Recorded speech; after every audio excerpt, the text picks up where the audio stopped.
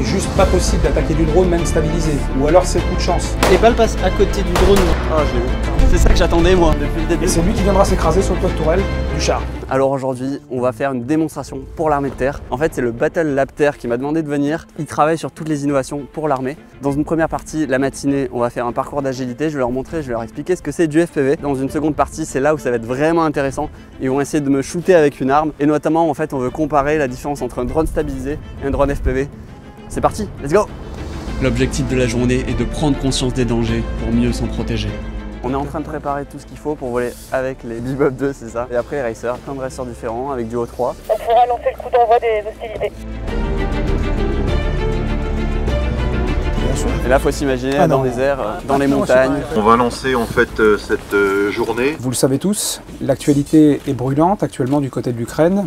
Et il n'était pas difficile d'entrevoir que ce type de techno allait se militariser très rapidement, puisqu'il n'existe actuellement aucun système d'armes au monde qui est capable finalement de viser avec autant de précision les vulnérabilités de systèmes d'armes beaucoup plus importants, comme par exemple sont les chars. Je fais de la vidéo, je fais du drone. J'ai commencé par le drone. Pour moi, c'est un outil de vidéo. Je mets des caméras dessus. J'ai pas de limite avec. Je peux faire tous les plans, que ce soit dans les montagnes, que ce soit très proche d'obstacles, passer à travers des voitures. On peut vraiment tout faire avec ce type de machine. C'est des machines hyper puissantes, hyper rapides, hyper maniables. Vous allez voir, on est un peu loin du circuit, mais c'est quand même impressionnant que ce soit dans le masque ou de l'extérieur. En gros, ce que je veux dire dans tout ça, c'est que le FPV, ça paraît peut-être de loin compliqué. C'est de l'électronique, on n'y comprend un peu rien, mais en fait, si on s'y met un peu dedans et qu'on comprend le vocabulaire, je trouve que c'est vraiment accessible à tout le monde. Pour donner des chiffres, en août dernier, quels que soient les camps, on aurait environ 800 matériels lourds qui auraient été détruits par ce type de munitions.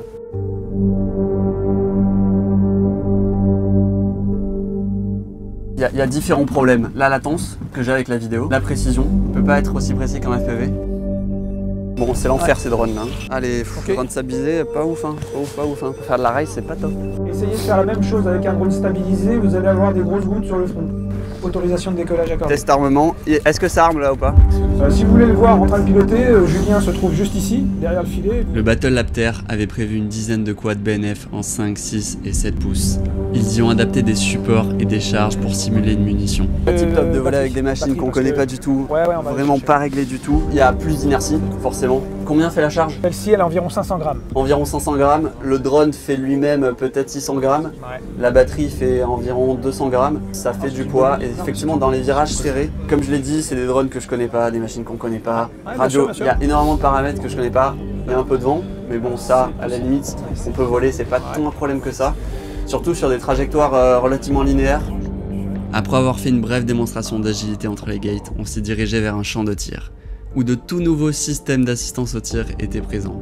Il y avait aussi quelques autres innovations en cours d'expérimentation et de test. On avait un peu de temps devant nous pour préparer le matériel et bien évidemment manger un petit bout. Là, on est en train de tester un peu le matos, que ce soit les drones stabilisés avec des ballons, que ce soit les FPV, pour avoir des retours vidéo et tout. Au pire, s'ils volent pas parfaitement, c'est pas grave. Non mais si, regarde ça. Non mais ça vole nickel. On va aller voir avec le vent. C'est vrai que ça, j'ai jamais fait. Waouh! Ah oui, ça tire. Ça tire fort là-bas. En plus, t'as le ballon qui bouge bien. Oh, bah il y a Tom qui a attaqué. Ah, mais il y a la bouffe. Tu dis rien comme ça. J'ai ramené la nourriture déjà, je me suis occupé de vous. Ouais, je te prends une frite. Hein. Vas-y, serre-toi, c'est toi qui as versé. Ah oui. Le cadre de la lutte anti-drone, parmi les moyens de détection, bien évidemment, les radars. Alors, à la base, un radar détecte que des objectifs mobiles, essentiellement. Et c'est vrai que bon, plus c'est gros, plus ça se déplace vite et plus on a possibilité de les détecter. Associé à ce traitement d'image qui va permettre de faire désignation de cible et du tracking de cible, on associe une partie mécanique qui vient, on va dire, verrouiller le tir, la détente. Le tireur devient un opérateur qui va autoriser le tir. C'est un viseur avec un algorithme d'aide à la visée qui permet de traquer une cible et de déclencher le tir quand elle pense la toucher. Tu l'as visé? Ouais. Vas-y, il faut que j'appuie là. Vous appuyez, vous gardez appuyé. Ok. Il y en a un cadre qui est autour. Ah ok, oui, là je vois, oui. Et après, appuie. Et donc là, si j'appuie... Vous appuyez et vous rentrez dans les ballons et le système va vous aider à déclencher le tir. Ah oui. Ensuite, on a eu droit à une séance vidéo terrifiante avec l'utilisation des drones FPV en Ukraine. On a pu voir à quel point ça peut être précis et puissant pour abattre des blindés ou des humains. Je vais vous demander de rebasculer sur votre gauche, s'il vous plaît, et on va pouvoir commencer les hostilités. Il est un peu rigolo celui-ci, hein, c'est un peu un jouet. Ceux-ci vont faire d'abord une passe droite-gauche, ensuite une passe gauche-droite. Vas-y, descends. Ok. La seule chose qu'on peut dire, c'est que sans conduite de tir, c'est juste pas possible d'attaquer du drone même stabilisé. Ou alors c'est le coup de chance. Vous ne pouvez pas vous permettre de dépenser, de vider vos chargeurs comme ça, c'est pas possible. Il n'y a pas la log derrière. Donc à un moment donné, il faut faire des choix. Mais pour le mec qui est au fond de son trou, là c'est beaucoup plus problématique. Ok, mise en place, pas tout de suite.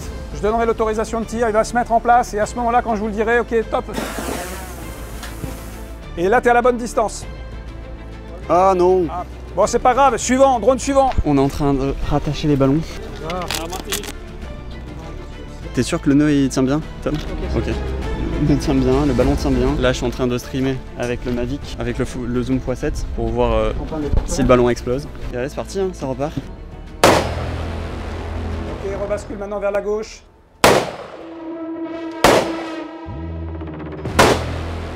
Ok, détruit. But. Même en stabilisé, j'aurais pas été capable de le détruire comme ça. Il aurait fallu que je vide un gros stock de munitions pour cela. Donc clairement, il y a une plus-value. Stop.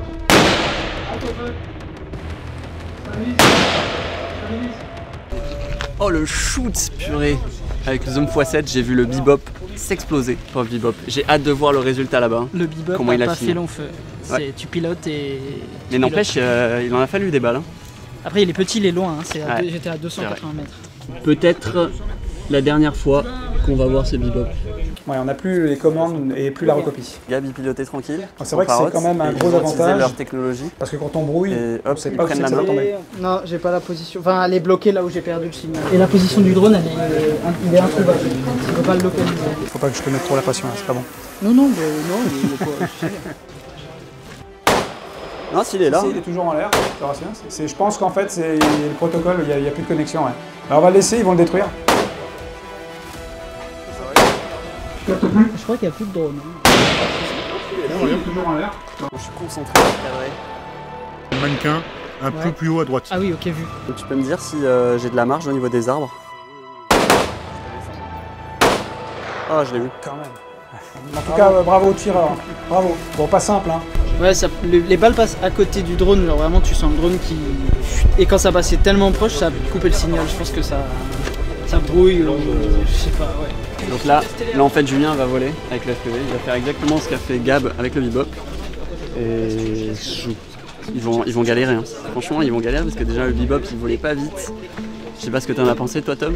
Ça met la pression, je pense que là... Ça met des petits coups de pression. Ouais, ça met des coups de pression, mais ouais non, et puis ils ont quand même réussi, hein, 200 mètres en vrai, même avec des assistances, même en volant pas vite. On va essayer de relever le défi de l'impossible. On va tenter de le prendre en charge. Ce qu'on va entamer c'est un défilement droit-gauche.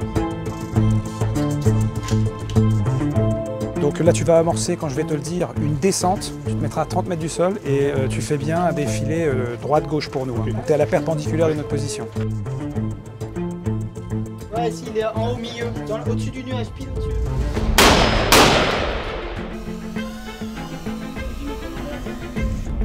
Je suis un peu triste que leur arme fonctionne pas tellement.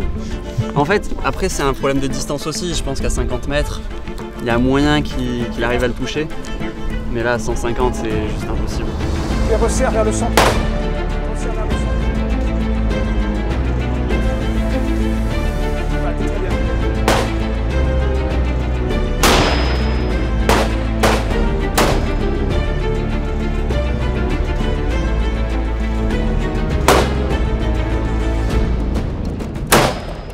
Bon, opération de sécurité. Opération de sécurité en cours. Tué. Halte au feu, opération de sécurité, ce qui est allumé. C'est ça que j'attendais moi, depuis le début. Tout cassé. C'est ça, j'attendais un drone cassé, voilà, un FPV. Voilà, donc avec les limites de sécurité, ici. Et là-bas, on est à 150 mètres, on est équipé, hein. On a le seau d'eau. Je crois qu'elle est vide la lipo là. Et ça semble cramer. Regarde. Il est incroyable, il est impeccable. C'est la lipo qui a tout pris. Ça, c'est un drone que vous allez pouvoir réutiliser. Ah, c'est fou, en fait, ils ont vraiment touché que la lipo, le drone est intact. Le petit harnais métallique là que tu vois là, du strap, c'est tout. C'est vrai que j'avoue que là il est impeccable. C'est fou quand même. T'imagines, il y a un bras là, hop. Flanker. Les deux batteries sont mortes. Au cas où si vous voulez un bebop, voilà, j'ai un bebop à vendre avec seulement 3 bras. Je crois que c'est une bonne affaire. Ça vise la ligne. J'aimerais bien que ça tape là pour voir un peu ce que ça... Après, c'est le calibre, ça va. Comment ça tape. Je refais là. C'est qui pilote le... Bah là, il va juste sécurité sur le chat. Là, il y a que le chat. Je le fais, là, Comme tu veux. Ouais, faut quelqu'un pilote le Mavic, par contre. On va appliquer finalement le procédé qui est très simple, à savoir un drone ISR qui va rechercher un objectif.